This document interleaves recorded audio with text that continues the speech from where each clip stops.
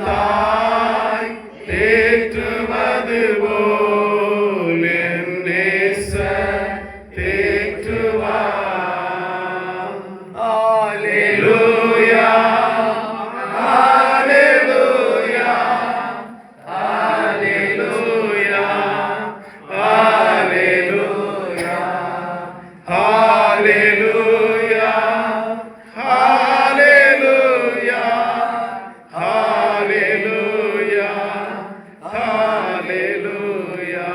கிறிஸ்துவுக்குள் அன்பார்ந்த தேவ பிள்ளைகளே, அருமையான ஆசீர்வாதமான இந்த நல்ல கால வேளையிலே நம் ஆண்டுடைய சமூகத்தில் கூடி இந்த புதிய இல்லத்துக்குள்ளே நாம் பிரவேசித்து ஆண்டுடைய நாமத்தை நாம் மையப்படுத்தும்படியாக நாம் வந்திருக்கிறோம். கூடிய உங்கள் யாவருக்கும் அன்பான வாழ்த்துகளையும் ஆசீர்வாதத்தையும் கூறிக்கொள்கிறேன். இதை காரணமாக இருக்கக்கூடியதான அருமையான பிள்ளை சஜு குடும்பம், தாயார், தகப்பனார், சகோதரம், இந்த உறவினர்களால் வந்திருக்க யாவருக்காக நான் ஸ்தோத்திரிக்கிறேன். இந்த இடத்திலே அருமையான கர்த்தருடைய தாசர்கள், அருமையான தேவ பிள்ளைகள் ஒன்றாய் சேர்ந்து இந்த இடத்திலே நம் தேவனை ஆராய்த்துக் கொண்டிருக்கிறோம். இந்த அருமையான குடும்பத்திலே இந்த நாள் முதல் தேவ சமாதானம் பெருகவும், தேவ ஆசீர்வாதம் பெருகவும் ஆண்டவர் உதவி செய்வாராக. தொடர்ந்து சில வசனங்களை வாசித்து தியானித்து ஆண்டுடைய நாமத்தை நாம் மையப்படுத்த போகிறோம். எரேமியா 29:5 வாசி. நீங்கள் வீடுகளை கட்டி குடியிருந்து தோட்டங்களை நாட்டி அவைகளின் கனியை சாப்பிடுங்கள். ஆண்டவராகிய தேவன் இந்த பூமியிலே மனுஷனை சிருஷ்டித்து மனுஷனுக்காக இந்த பூமியிலே வேண்டியதான சகல விதமான ஆசீர்வாதமான கனி விருட்சங்களையும் தோட்டங்களையும் துறவுகளையும் வீட்டையும் யாவற்றையும் உருவாக்கி தேவன் தந்திருக்கிறார். இந்த அருமையான மகனுடைய வாழ்க்கையிலே பல நாட்களாக ஜெபித்து பிரயாசப்பட்டு முயற்சித்ததான இந்த இடத்திலே அருமையான நல்ல ஒரு வீட்டை கட்டுவதற்கான கிருபையை கர்த்தர் தந்தார். இது தேவனால் வந்த பெரிய பாக்கியம். அல்லேலூயா. வேதம் சொல்கிறது, கர்த்தர் வீட்டை கட்டாராயில் அதை கட்டுடைய பிரயாசம் விருதா. 127 சங்கீதம் 1 வசனத்திலே நாம் படிக்கும் போது, இதோ கட்டுகிறவர் கர்த்தர், வீட்டை கட்டுகிற தேவன். நம்முடைய வாழ்க்கையில் இந்த அருமையான பிள்ளைகளுக்கு இந்த வீடு தொடங்கின நாள் முதல் இந்த வீடு வேலை முடிகிறது வரையிலும் கர்த்தர் கூட இருந்து தேவன் நடத்தினார். இந்த இடத்திலே தேவன் ஒவ்வொரு காரியங்கள் முன்னின்று நடத்தி வந்து இந்த நாளின் விதமாக நாம் ஒருமித்து ஆண்டவருடைய நாமத்தை உயர்த்தவும் பிள்ளைகளை ஆசீர்வதிக்கவும் ஆண்டவர் பெரிய கிருபை மகா பெரியது. வேதம் சொல்கிறது, நீதிமானுடைய கூடாரத்திலே தேவனுடைய ஆசீர்வாதம் தங்கும் என்று வாசிப்போம். நீதிமொழிகள் 12:7 படிக்கும் போது, நீதிமொழிகளின் புஸ்தகம் 12ஆம் அதிகாரம் 7வது வசனம். துன்மார்க்கர்கள் கவிழ்க்கப்பட்டு ஒழிந்து போவார்கள். நீதிமான்களுடைய வீடோ நிலை நிற்கும். பாருங்க, இந்த வீடு ஒரு நீதிமானுடைய வீடாக கர்த்தர் பிள்ளைகளுக்கு தேவன் ஆசீர்வாதம் தந்திருக்கிறார். கர்த்தருடைய வருகை மட்டும் இந்த வீடு நிற்கவும் இதிலே வாழக்கூடிய பிள்ளைகள் ஆசீர்வதிக்கப்பட்டு உயர்த்தப்படவும் தேவன் சித்தம் வைத்திருக்கிறார். கர்த்தருடைய ஸ்தோத்திரம். நீதிமொழி 15ஆம் அதிகாரம் 6வது வசனம் படிக்கும் போது அங்கு ஒரு முக்கியமான பகுதியை நாம் வாசிக்க முடியும். வாசிப்போம். நீதிமானுடைய வீட்டில் அதிக பொக்கிஷம் உண்டு. நீதிமானுடைய வீட்டிலே அதிக பொக்கிஷம் உண்டு என்று வேதம் சொல்லுகிறது. இந்த வீட்டிலே தங்கக்கூடிய தாவரிக்கக்கூடிய பிள்ளைகளுடைய வாழ்க்கையில ஒரு நன்மை குறைவில்லாதபடி ஒரு சம்பூர்ணமான ஆசீர்வாதம் தங்கி தாவரிக்கத்தக்கதாக தேவன் சித்தம் வைத்திருக்கிறார். அல்லேலூயா. அருமையான தேவனுடைய பிள்ளைகளே, அது மட்டுமல்ல, இதோ கர்த்தருடைய ஸ்தோத்திரம். இந்த வீடு எப்படி வந்தது? வாசிங்க. நீதிமொழி 19:14 படிக்கும் போது, நீதிமொழி 19:14 ஒன்று நாம் படித்து பார்ப்போம். வீடும் ஆஸ்தியும் பிதாக்கள் வைக்கும் சுதந்திரம். அருமையான தேவனுடைய வீடு ஆஸ்தி என்பது பிதாக்களால் உருவாக்கப்படுகிறது. இது இந்த அருமையான வீடு, இந்த இடத்தில் இந்த பிள்ளை குடியிருக்க அவர்களுடைய முயற்சி மட்டுமல்ல, அருமையான பெற்றோருடைய பெற்றோர் ஒவ்வொருவருடைய கண்ணீரின் ஜபம், அவருடைய பிரயாசங்கள் முயற்சிகள் அவைகளாலே தான் விதமான ஒரு வீட்டை காணக்கூடிய, இந்த வீட்டை கட்டி எழுப்பக்கூடிய பாக்கியத்தை ஆண்டவர் தந்தார். அது மனிதனுடைய முயற்சியினால் அல்ல. வேதம் சொல்லுகிறது, இதோ சங்கீதம் 27:1 அங்கே நாம் படிக்கிறோம், கர்த்தர் வீட்டை கட்டாராகில் அதை கர்த்தருடைய பிரயாசம் விருதா என்று. இந்த வேலையிலே தொடங்கி இருந்தாலும் இதை செய்து முடிக்கத்தக்கதான ஒரு பெரிய ஒரு அற்புதமான ஆசீர்வாதத்தை கர்த்தர் இரக்கமாக இறங்கி தந்தார். அல்லேலூயா. ஆரம்பித்த நாள் முதல் ஜெபத்தோடு ஆரம்பித்தோம். அருமையான இதோ பிதாக்களாகிய பெற்றோர் அதிகமாக பிள்ளைகளுக்கு பிரயாசப்பட்டார்கள், இரவு பகலாக ஜெபித்தார்கள். அவருடைய கண்ணீரின் ஜெபம் இன்றைக்கு இந்த இடத்திலே பிரதிபலிக்கத்தக்கதாக, அருமையான பிள்ளைகள் இந்த இடத்திலே சந்தோஷமாக பிரவேசிக்கத்தக்கதாக, குடும்பத்தின் உறவினர்களாக தேவ சமூகத்தில் வந்து தேவனை மகிமைப்படுத்தத்தக்கதாக கர்த்தர் இந்த கிருபை மகா பெரியதாக இருக்கிறது. அது மட்டுமல்ல, இந்த வீட்டிலே இருக்க வேண்டிய காரியங்கள் என்ன? வாசியுங்கள். 118 சங்கீதம் 15வது வசனத்திலே நாம் படிக்கும் போது வாசிப்போம். 118:15 நீதிமான்களுடைய கூடாரங்களில் இரட்சிப்பின் கம்பீர சத்தம் உண்டு. இந்த வீட்டிலே இந்த நாள் முதல் இந்த வீடு ஒரு நீதிமானுடைய வீடு. அல்லேலூயா. இந்த வீட்டிலே எப்போதும் இரட்சிப்பின் கம்பீர சத்தம் தெரிவிக்க வேண்டும். துன்மார்ப்படி இல்லங்களை பாருங்க, குடித்து வெறித்து தேவையில்லாதபடி ஆண்டவர் பிரியமில்லாத வார்த்தைகளை பேசி சண்டையும் சச்சரவும் பலவிதமான வேதனை நிறைந்ததான கிரியைகளும் நடந்து கொண்டிருக்கும். ஆனால் நீதிமானுடைய இல்லத்திலோ கர்த்தரை துதிக்கிற துதியும் எப்போதும் தேவனை பற்றிய இரட்சிப்பின் பாடலும் துரித்துக் கொண்டிருக்கும். இந்த நாள் முதல் இந்த வீட்டிலே அபிதமான காரியத்தை கர்த்தர் செயல்படுத்த போகிறார். அது மட்டுமல்ல, இந்த வீட்டிலே யார் வர வேண்டும்? நாம் எல்லாம் வந்திருந்தாலும் இயேசு வர வேண்டும். இது யோவான் 2ஆம் அதிகாரத்தில் படிக்கிறோம். இயேசு அந்த வீட்டிலே வந்தபோது குறைவெல்லாம் நிறைவானதாக நாம் அங்கே படிக்க முடியும். இயேசு எந்த வீட்டில் இருக்கிறாரோ, எந்த வீட்டில் வந்திருக்கிறாரோ, அந்த வீட்டில் உள்ளதான குறைவுகள் நீக்கப்பட்டு போகும். அல்லேலூயா.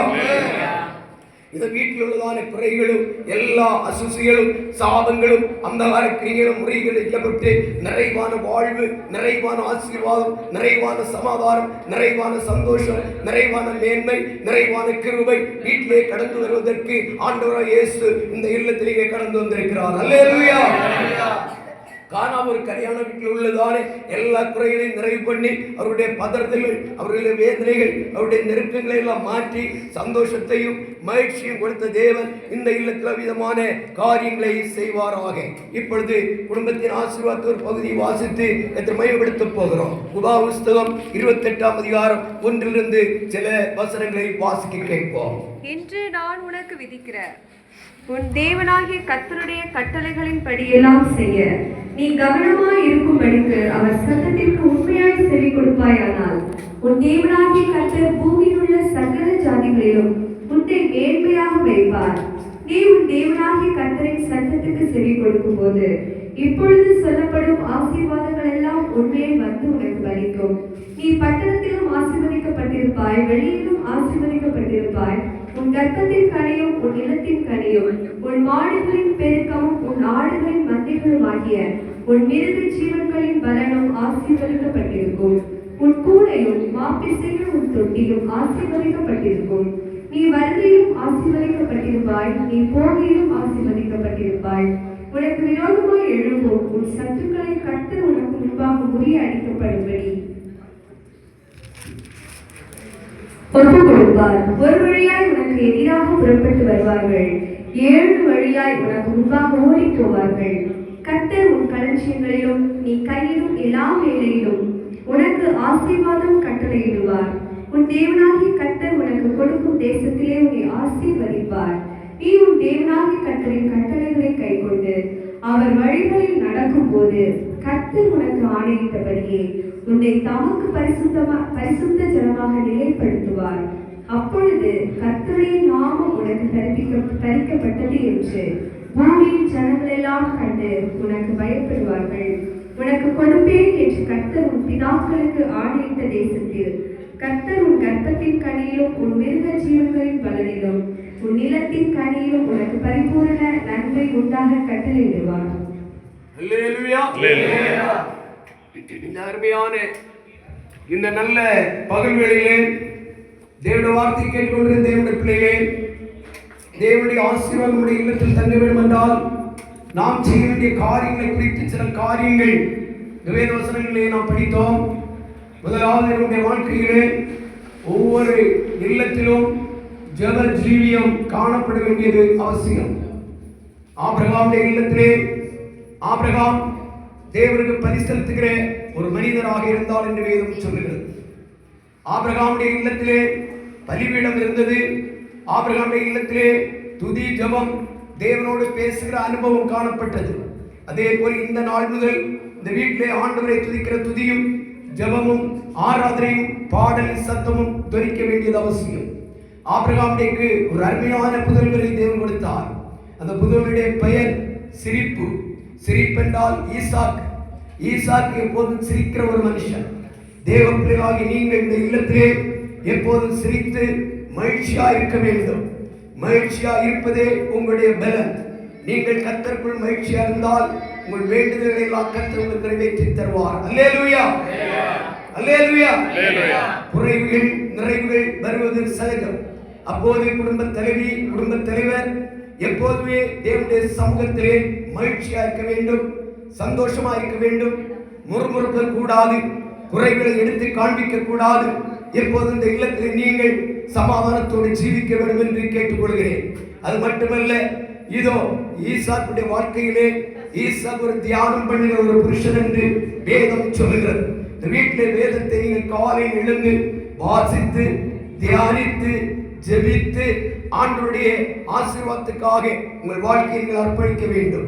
அப்போது உங்கள் இல்லத்திலே ஒரு நன்மை குறைவில்லாதபடி எல்லா காரியங்களிலும் கர்த்தருடைய ஆசீர்வாதம் தங்கி தாவரிக்கும். யாக்கோபுடைய கூடாரத்தில் வரும்போது யாக்கோபு கர்த்தரை விடாப்பிடியா போராடி ஜெபித்து ஆசீர்வாதத்தை பெற்றுக் கொண்ட ஒரு மனிதன். அதே போல அந்த வீட்டிலே குடும்ப தலைவி குடும்ப தலைவர் தேவ சமூகத்திலே அதிகமாக போராடி ஜெபிக்கக்கூடியவர்களாக தேவனுடைய ஆசீர்வாதத்தை பெற்றுக்கொள்ள யாக்கோபு தரிசனம் பெற்றவர்களாக தேவனுடைய உடன்படிக்கை பெற்றவர்களாக காணப்பட கர்த்தர் கிருபை தருவாராக. இந்த நாளிலே இப்போதும் கூட இந்த இல்லத்தை ஊழியர்களாகி நாங்கள் ஏகோபித்து ஜெபித்து நாங்கள் இதை தொடர்ந்து பிரதிஷ்டை பண்ணுகிறோம். கர்த்தருடைய ஆவியாரை தொடர்ந்து வழிநடத்த எல்லாரும் கர்த்தரை ஸ்தோத்திரிப்போம். தேவன் தந்த வார்த்தைகளுக்காக கர்த்தரை ஸ்தோத்திரிப்போம். ஆவியார் நம்முடைய மத்தியிலே கடந்து வந்திருக்கிறவர்களை ஸ்தோத்திரிப்போம். ஒவ்வொரு பங்குகளை பொறுப்படுத்துக கர்த்தரை ஸ்தோத்திரிப்போம்.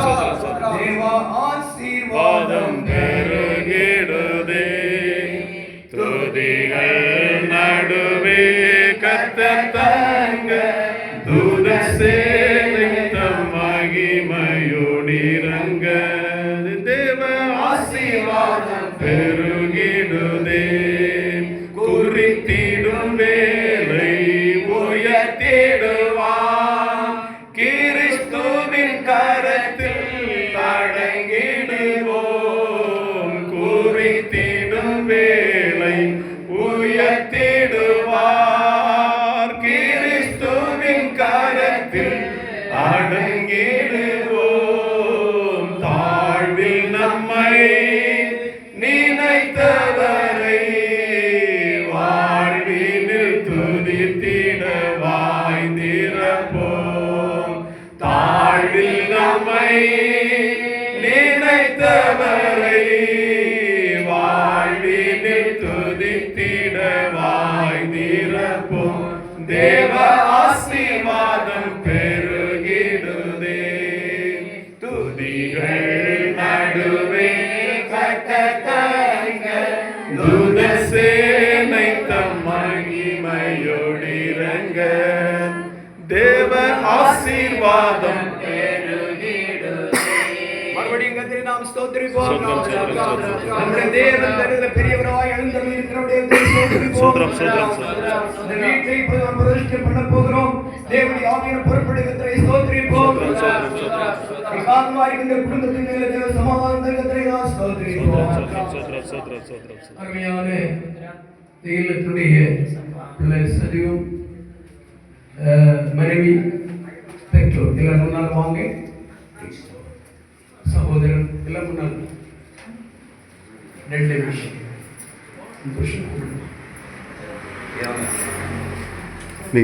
எங்க ஃப்ளோரிஸ் ஒரு வீட்டு பிள்ளைங்க